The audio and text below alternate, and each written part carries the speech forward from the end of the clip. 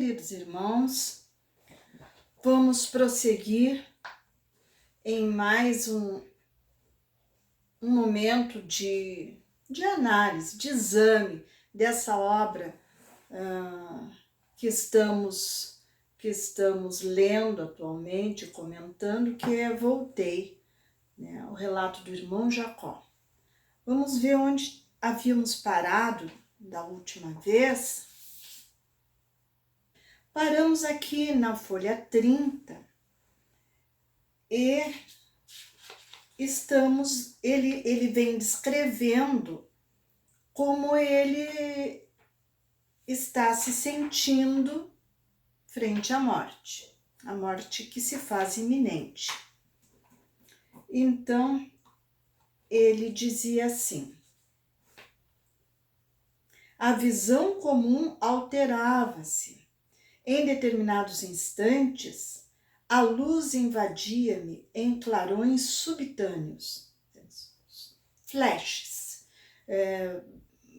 clarões aqui e ali que o perturbavam, mas por minutos de prolongada duração cercava-me densa neblina. Então eu tinha essas impressões algo perturbadoras. O conforto da câmara de oxigênio não me subtraía as sensações de estranheza. Observei que frio intenso veio ferir-me às extremidades. Não seria a integral extinção da vida corpórea? Então eu começou a sentir que gelavam meus pés, as mãos. Começou a se questionar se não estaria já acontecendo o seu desligamento. Procurei acalmar-me, orar intimamente e esperar. Após sincera rogativa a Jesus para que me não desamparasse, comecei a divisar à esquerda a formação de um depósito de substância prateada, semelhante a gaze tenuíssima. Não poderia dizer se era dia ou se era noite em torno de mim, tal o nevoeiro em que me sentia mergulhado, quando notei que duas mãos caridosas me submetiam a passes de grande corrente. À medida que se me desdobravam de alto a baixo, detendo-se com particularidade no tórax, diminuíram-se-me as impressões de angústia. Lembrei com força o irmão Andrade, que era aquele espírito que ele citou antes, que havia recomendado que ele descansasse. Então ele lembrou com grande intensidade do irmão Andrade, atribuindo-lhe o benefício, e implorei-lhe mentalmente se fizesse ouvir, ajudando-me. Ele queria ouvir o espírito também. Qual se estivesse sofrendo melindrosa intervenção cirúrgica, uma delicada intervenção. Sob a máscara pesada, ouvi alguém a confortar-me. Não se mexa. Silêncio, silêncio. Porque silêncio mental. Ele pensava sem parar no assunto. Ele começou a implorar para ouvir o espírito. E esse espírito que o tratava no momento pediu silêncio. Que silenciasse. Concluí que o término da resistência orgânica era questão de minutos. Não se estendeu o alívio por muito tempo. Passei a registrar sensações de esmagamento no peito. As mãos do passista espiritual concentravam-se-me agora no cérebro. Demoraram-se quase 2 horas sobre os contornos da cabeça. Ele percebia que alguém lhe aplicava passe. Suave sensação de bem-estar voltou a dominar-me quando experimentei um abalo indescritível na parte posterior do crânio. Ele sentiu um grande choque. Não era uma pancada, semelhava-se a um choque elétrico. de vastas proporções no íntimo da substância cerebral. Ele sentiu aquele choque desferido. Aquelas mãos amorosas, por certo, haviam desfeito algum laço forte que me retinha ao corpo de carne. É como ele estava entendendo aquilo tudo. Senti-me no mesmo instante subjugado por energias devastadoras. Aqui comparar o fenômeno? A imagem mais aproximada é a de uma represa cujas comportas fossem arrancadas repentinamente. Vi-me diante de tudo o que eu havia sonhado, arquitetado e realizado na vida. Insignificantes ideias que emitira, tanto quanto meus atos mínimos, desfilaram absolutamente precisos ante meus olhos aflitos, como se me fossem revelados de roldão por estranho poder, numa câmara ultra rápida instalada dentro de mim. Transformara-se-me o pensamento num filme cinematográfico, misteriosa e inopinadamente desenrolado, a desdobrar-se com espantosa elasticidade para o seu criador assombrado que era eu mesmo. Então vejamos aqui, ele explica, ele descreve que após esse choque elétrico, ele foi envolvido como que se uma represa tivesse aberto e ele foi colhido por aquele roldão de imagens, de sensações, e viu tudo se repetir, coisas insignificantes que ele tinha feito, que ele tinha pensado. Ele fala, meus atos mínimos desfilaram absolutamente precisos ante os meus olhos aflitos. Ele diz que é como um filme. E este filme que nós vemos aqui referido, ele já foi referido por muitas outras pessoas que descreveram coisas semelhantes, como passar diante dos olhos toda a vida que viveram, né, com coisas importantes, menos importantes, coisas que já haviam esquecido, e tudo isso desfilou rapidamente, ultra rapidamente nos seus olhos, diante dos seus olhos. No trabalho comparativo a que era constrangido pelas circunstâncias, tive a ideia de que, até aquele momento, havia sido construtor de um lago, cujas águas crescentes se constituíam de meus pensamentos, palavras e atos, e a cuja tona minha alma conduzia seu talante, o barco do desejo. Então, ele se comparou ao construtor de um lago que andava no barco ao seu bel prazer, né, no barco do desejo. Então, todas aquelas coisas foram se acumulando ao longo dos anos.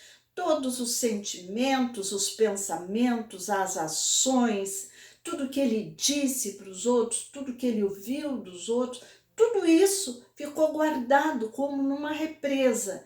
E nesse momento veio e o colheu de surpresa. Agora que as águas se transportavam comigo de uma região para outra, via-me no fundo, cercado de minhas próprias criações. Ele se sentia num turbilhão.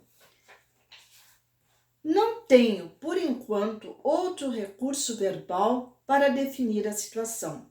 Recordei o livro de Bozano. Este livro, ele menciona que é a crise da morte, em que ele analisa, o Bozano analisa, o comportamento dos moribundos.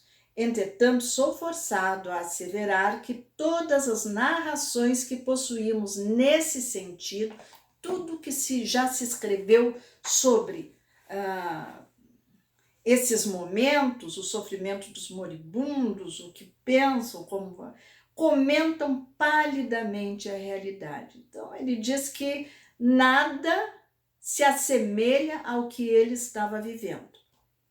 Minha filha, Aqui é preciso fazer uma referência de que ele tinha uma filha que havia desencarnado bem antes dele. E nesse momento ele teve um reencontro com ela. Então, como é que foi esse reencontro? É o que ele conta. Observando-me relegado às próprias obras, por que não confessar? Senti-me sozinho, amedrontei-me, esforcei-me por gritar implorando socorro, porém os músculos não mais me obedeceram. Ele estava sem movimento, os músculos não obedeciam, ele estava como que imóvel. Busquei abrigar-me na prece, mas o poder de coordenação escapava-me. Ele não conseguia se concentrar numa prece. Ele não conseguia, eram tantas as emoções, eram tantas as sensações, que ele não conseguia fixar o pensamento para elevar uma prece a Deus. Não conseguiria precisar se eu era um homem a morrer ou um náufrago a debater-se em substância desconhecida, sob extenso nevoeiro. Então, além de tudo, ele se sentia como que em um nevoeiro, ele não divisava coisa alguma, não enxergava coisa alguma e se sentia ali, único, sozinho. Naquele intraduzível conflito, lembrei mais insistentemente o dever de orar nas circunstâncias mais duras, que é o que todos nós temos conosco. Todos nós, todo o espírita, todo cristão tem por norma a prece. Então, nas horas mais duras, prece. E eu diria mais, não só nas horas difíceis.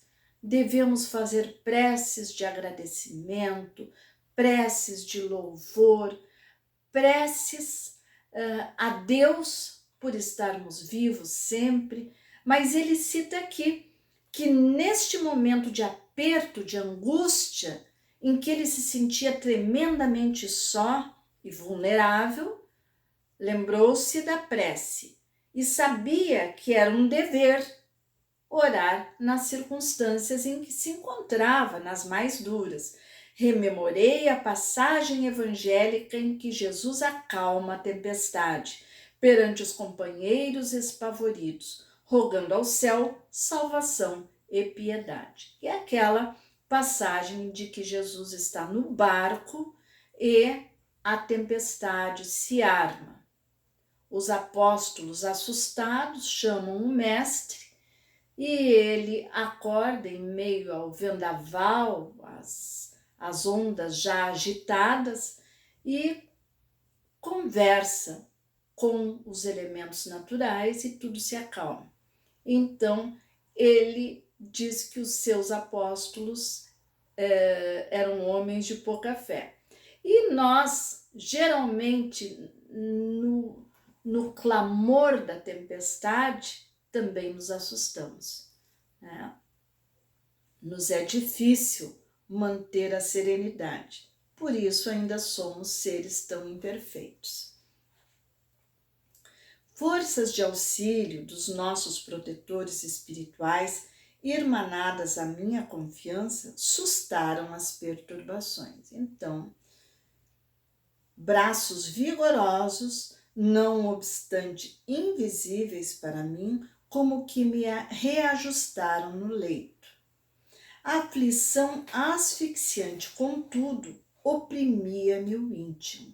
Ele se sentia mal, apesar de se reconhecer socorrido por forças espirituais.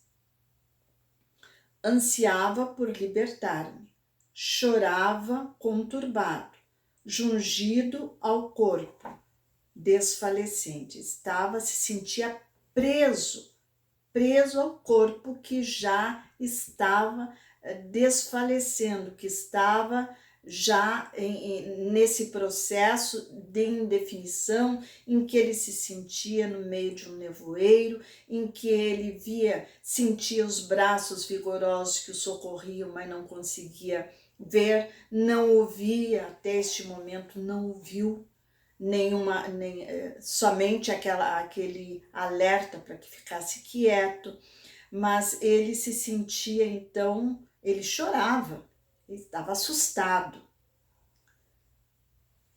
e se sentia, estava jungido ao corpo desfalecente, quando tênue luz se fez perceptível ao meu olhar. Ele começou a divisar alguma coisa, a ver algo.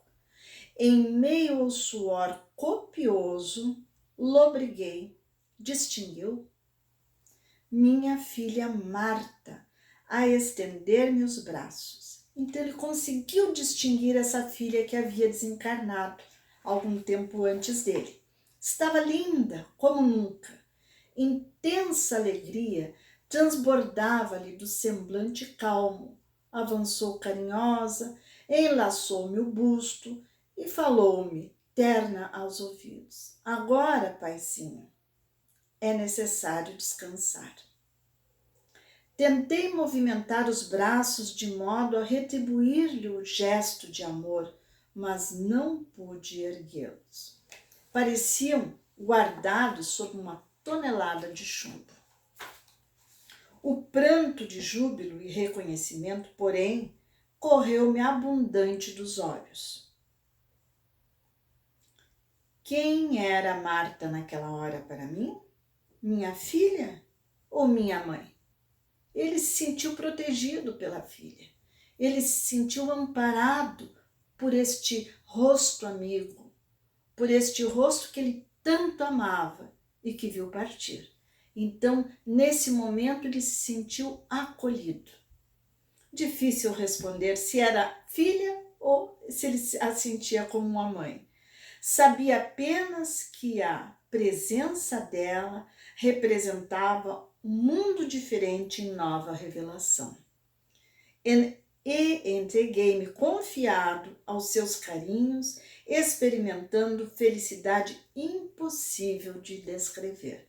Sim, num momento de angústia desses, ver a filha a quem ele tanto amava auxiliando deve ter sido uma coisa muito reconfortante. Irmãos, como nós não estamos fazendo por capítulo a leitura, mas por tempo, vamos dar início ao capítulo 3, que fala, cujo título é Em Pleno Transe. Amparado a Marta, intentei proclamar o júbilo que me dominava, fazendo-me ouvido em alta voz. Todavia, os membros jaziam inteiriçados e os órgãos da fala em descontrole. Ele não tinha mais controle do corpo. Não tinha perfeito conhecimento da posição em que os familiares se moviam. Ele não conseguia registrar direito as coisas, né, do lado material. Meus olhos demoravam-se perturbados. Sensação de esmagamento percorria-me todo. No entanto, que pedir além daquela infinita aventura que o devotamento filial me proporcionava? Que mais poderia ele querer? Além de estar ali amparado pelo amor filial. Tentei alinhar ideias a fim de agradecer a intervenção da filha querida. Contudo, não consegui. Percebendo-me as dificuldades, Marta afagou-me a fronte e falou meiga. Os nossos benfeitores desatam os últimos elos. Enquanto isso, façamos nossa oração. Ele tinha uma oração que ele gostava muito, que era o Salmo 23. Então, agora vamos entrar aqui nesta parte. Não me seria possível, naqueles minutos, enfileirar pensamentos e muito menos enunciar qualquer frase. Tinha a respiração opressa, como nos derradeiros dias de luta no corpo físico. Com alegria, no entanto, vi a filha elevar-se ao alto, repetindo em voz pausada e comovedora as expressões do Salmo 23, ampliando-lhes o sentido. Disse ela, né? Vamos ver. O Senhor é nosso pastor, nada nos faltará. Deitar-nos faz em refúgios de esperança, guia-nos suavemente às águas do repouso. Refrigera-nos a alma, conduz-nos pelas veredas da justiça, na qual confiamos por amor ao seu nome. Ainda que andemos pelo vale da sombra e da morte, não temeremos mal algum, porque Ele está conosco, e a sua vontade e a sua vigilância nos consolam. Prepara-nos mesa farta de bênçãos, ainda mesmo na presença dos inimigos que trazemos dentro de nós. Unge-nos a cabeça de bom ânimo, e o nosso coração transborda de júbilo. Certamente que a bondade e a compaixão do Senhor nos seguirão em todos os dias da vida e habitaremos na sua casa divina por longo tempo. Assim seja. Então ela recitou a prece colocando alguns elementos, colocou expressões que ampliaram o sentido do salmo, e ele foi seguindo mentalmente esta prece que ele tanto gostava. À medida que sua voz pronunciava o texto antigo, multiplicando-me as lágrimas abundantes e espontâneas, dores cruéis me assaltavam a região torácica, a parte do tórax. Vim saber mais tarde que aqueles sofrimentos provinham da extração de resíduos fluídicos que ainda me enlaçavam a zona do coração. Então, ele sentia essas dores cruéis, não quer dizer que todos sintam essas dores desta maneira. Isso não.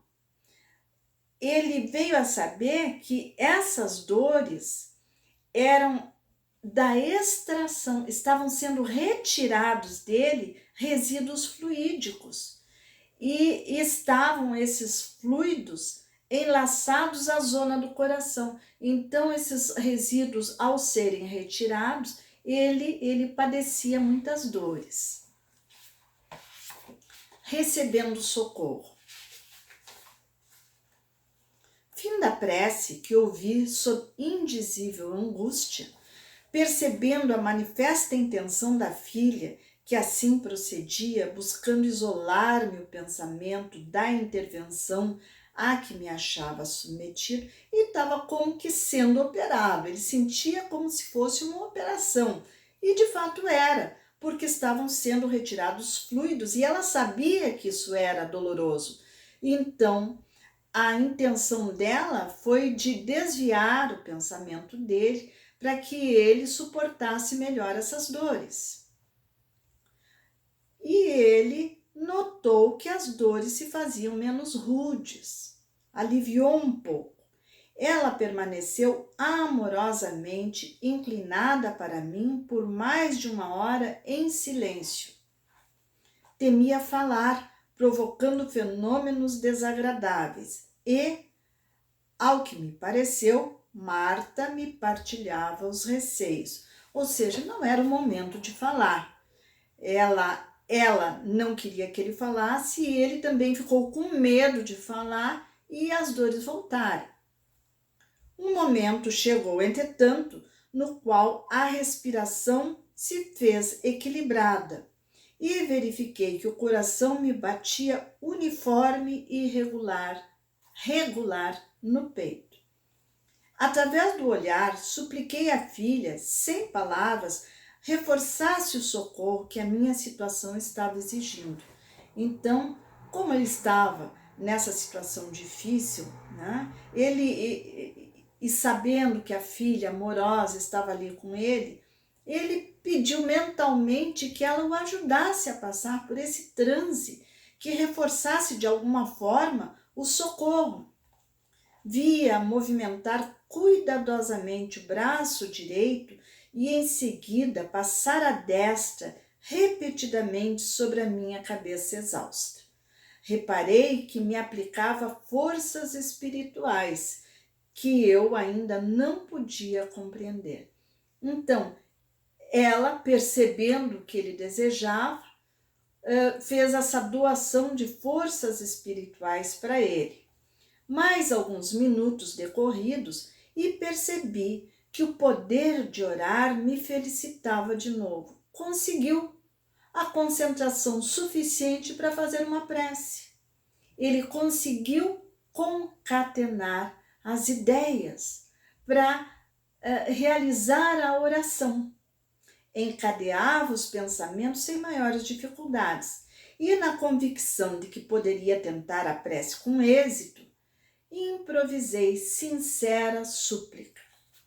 O trabalho foi bem sucedido. A harmonia geral começou a refazer-me, embora a fraqueza extrema que me possuía. Estava muito fraco, mas começou a se sentir um pouco mais animado, um pouco mais dono de si a partir de então. Notei que de Marta para mim vinham fagulhas minúsculas de luz, em porção imensa, a envolver-me todo, ao passo que me via agora cercado de atmosfera francamente iluminada em tom de laranja. Então, ele começou a sentir-se melhor. Nós estamos aqui, chegamos à folha 38. Ainda estamos no capítulo, esse é o capítulo 3. E nós vamos parar aqui, meus irmãos, porque é chegado o tempo para podermos dar uma descansadinha também, eu e vocês. Vamos nos encontrar brevemente, continuando a leitura, nos instruindo e aproveitando essas lições que o irmão Jacó tanto desejou nos entregar. Então agora vamos aproveitar. Que Jesus nos abençoe, esteja conosco em todos os momentos da nossa existência.